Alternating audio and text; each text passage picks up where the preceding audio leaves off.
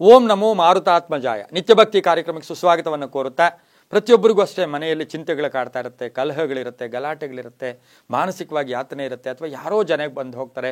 ಕಣ್ಣು ದೃಷ್ಟಿ ಇರ್ಬೋದು, ನರದೃಷ್ಟಿ ಇರ್ಬೋದು, ಕೋಪತಾಪಗಳಿರ್ಬೋದು, ಸಾಮಾನ್ಯವಾಗಿ ನಮಗೆ ಪ್ರಯೋಗ ಆಗುತ್ತೆ. ಇನ್ನೊಂದು ಮತ್ತೊಂದು ಕೆಟ್ಟ ದೃಷ್ಟಿ ಕೂಡ ಇರುತ್ತೆ. ಅದರ ಜೊತೆಗೆ ಪಂಚಭೂತಗಳಲ್ಲೂ ಕೂಡ ಏರುಪೇರಾಗ್ತಕ್ಕಂಥದ್ದು, ಎಲ್ಲದರ ಜೊತೆಗೆ ಪಂಚಭೂತಗಳಲ್ಲೂ ಕೂಡ ಏರುಪೇರು, ಮನೆಯಲ್ಲಿ ವಾತಾವರಣ ಏರುಪೇರಾಗ್ತಕ್ಕಂಥದ್ದು.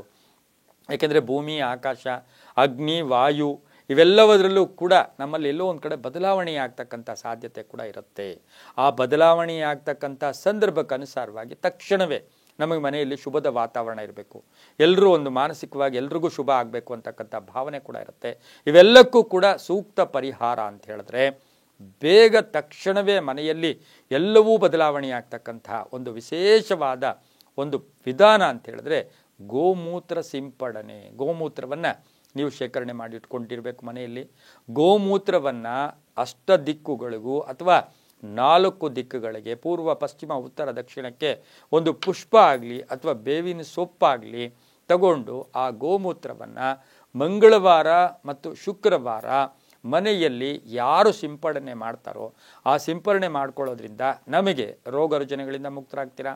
ಸಾಲದ ಬಾಧೆ ಕಡಿಮೆ ಆಗ್ಬೋದು. ಯಾರೋ ಕೇಳ್ತಾರೆ ಪ್ರಶ್ನೆ, ಈ ಗೋಮೂತ್ರ ಹಾಕಿದ್ರೆ ಸಾಲ ಬಾಧೆ ಆಗ್ತಿರತ್ತೆ ಯಾಕೆ ಅಂತ ಹೇಳಿದ್ರೆ ನಮಗೆ ಹಣ ಬರಬೇಕು, ನಮಗೆ ಅವಕಾಶಗಳು ಬರಬೇಕು, ಹಾಗೆ ನಮಗೆ ಪರಿಸರ ಕೂಡ ನಮಗೆ ಎಲ್ಲೋ ಒಂದು ಕಡೆ ಅದು ನಮಗೆ ಪೂರಕವಾಗಿರಬೇಕು.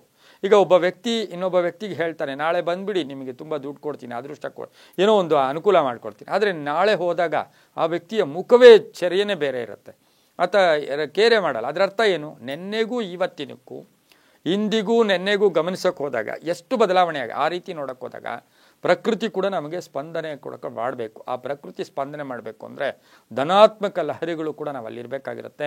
ಯಾವುದೇ ಶುಭ ಕಾರ್ಯ ನೀವು ಮಾಡಬೇಕು ಅಂತಿದ್ದೀರಾ, ವಿವಾಹಾದಿ ಶುಭ ಕಾರ್ಯ, ಮನೆ ಕಟ್ತಾ ಇದ್ದೀರಾ, ಮನೆ ಕಟ್ಟಿದ್ದೀರಾ, ಮನೆ ಕಟ್ಟೋವಾಗೂ ಅಷ್ಟೇ ಸ್ವಲ್ಪ ಗೋಮೂತ್ರವನ್ನು ಆಗಾಗ ಮನೆ ಮೇಲೆ ಸಿಂಪಡಣೆ ಮಾಡಿಬಿಟ್ರೆ ಮನೆ ಬೇಗ ಆಗಿಬಿಡುತ್ತೆ.